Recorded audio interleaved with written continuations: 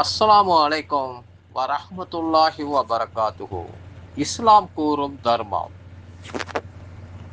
நீங்கள் விரும்புவதிலிருந்து நல்வழியில் செலவிடாத வரை நன்மை அடைந்து கொள்ளவே மாட்டீர்கள். நன்மையை அடைந்து கொள்ளவே மாட்டீர்கள். நீங்கள் எப்பொருளை நல்வழியில் செலவிட்டாலும் அல்லாஹு அதை அறிந்தவன். அல் குர்ஆன் 3:92 காணலாம். விரும்பும் பொருட்களை தர்மம் செய்துவிட வேண்டுமா? இவ்வசனம் நாம் விரும்புவதைத்தான் தர்மம் செய்ய வேண்டும் என்ற கருத்தை தருவது போல் சிலருக்கு தோன்றலாம். நாம் விரும்பும் பொருட்களைத்தான் தர்மம் செய்ய வேண்டும். விரும்பாத பொருட்கள் நம்மிடம் இருந்தால் அதை தர்மம் செய்யக்கூடாது என்று இதை புரிந்து கொள்ளக்கூடாது. அதுபோல் நாம் விரும்பும் பொருட்கள் அனைத்தையும் தர்மம் செய்துவிட வேண்டும் எனவும் இவ்வசனத்தை புரிந்து கொள்ளக்கூடாது.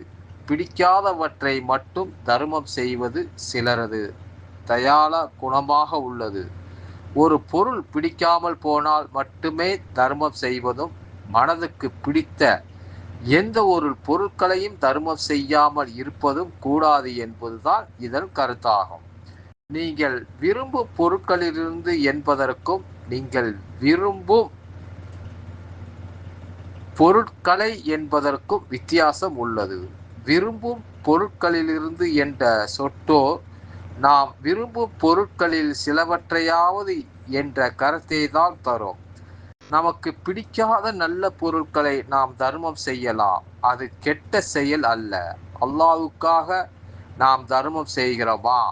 நமக்கு பிடிக்காத பொருள் என்பதற்காக தர்மம் செய்கிறோமா என்பதற்கு அல்லாஹ் ஒரு சோதனை வைக்கிறான்.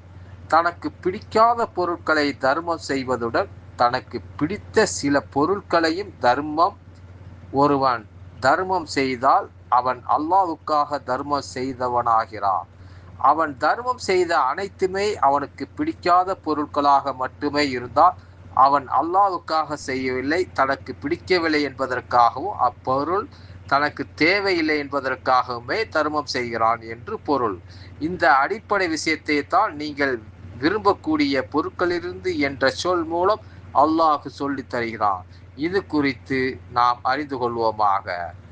இன்ஷா அல்லாஹ் நம்ம விரும்பக்கூடிய பொருளையும் விரும்பாத பொருளையும் தர்மம் செய்யக்கூடிய நன்மக்களாக உங்களையும் எங்களையும் ஆக்கி அருள் புரிவானாக.